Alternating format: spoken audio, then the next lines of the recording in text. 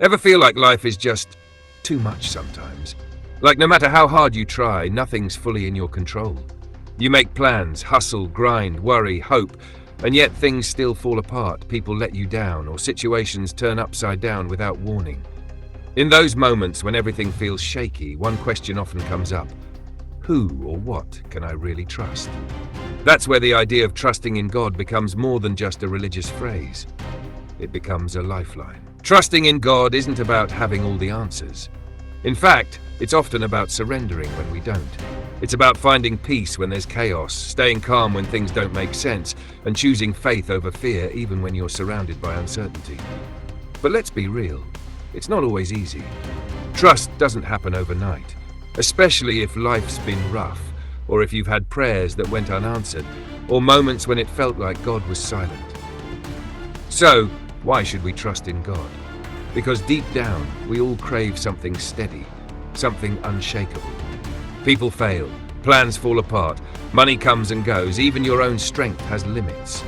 But God, He's constant. He doesn't change when circumstances do. His love doesn't waver when you mess up. His promises don't expire.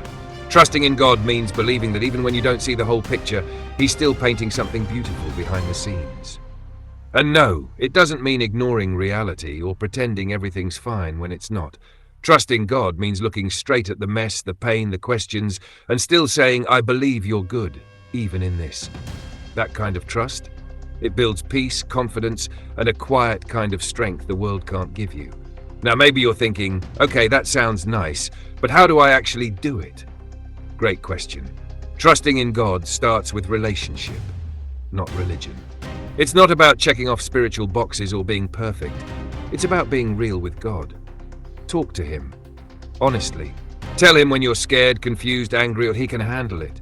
In fact, He wants you to bring those things to Him.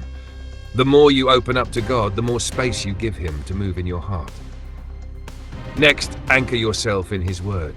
The Bible isn't just a rule book, it's a reminder of who God is, what He's done, and what He's promised to do. When you feel shaken, go to the verses that speak life into your doubt. Verses like Proverbs 3:5-6. Trust in the Lord with all your heart and lean not on your own understanding. Or Isaiah 41:10. Do not fear, for I am with you. I will strengthen you and help you. Those aren't just pretty words. They're promises you can hold on to when nothing else makes sense. And here's something practical. Surrender daily.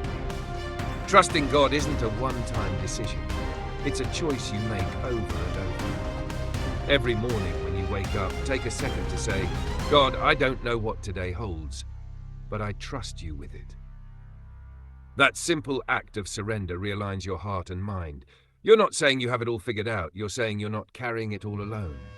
Also, surround yourself with people who remind you of God's faithfulness, whether it's friends, a church, or online communities. Hearing others' stories of how God showed up for them can boost your own faith. You start realizing you're not the only one struggling. And slowly, piece by piece, trust begins to grow. And now, if you're still reading this, I just want to pause for a second and say, thank you. Seriously, thank you for opening your heart, even just a little, to explore this. Trusting in God isn't always easy, especially when life feels heavy or you've been hurt before.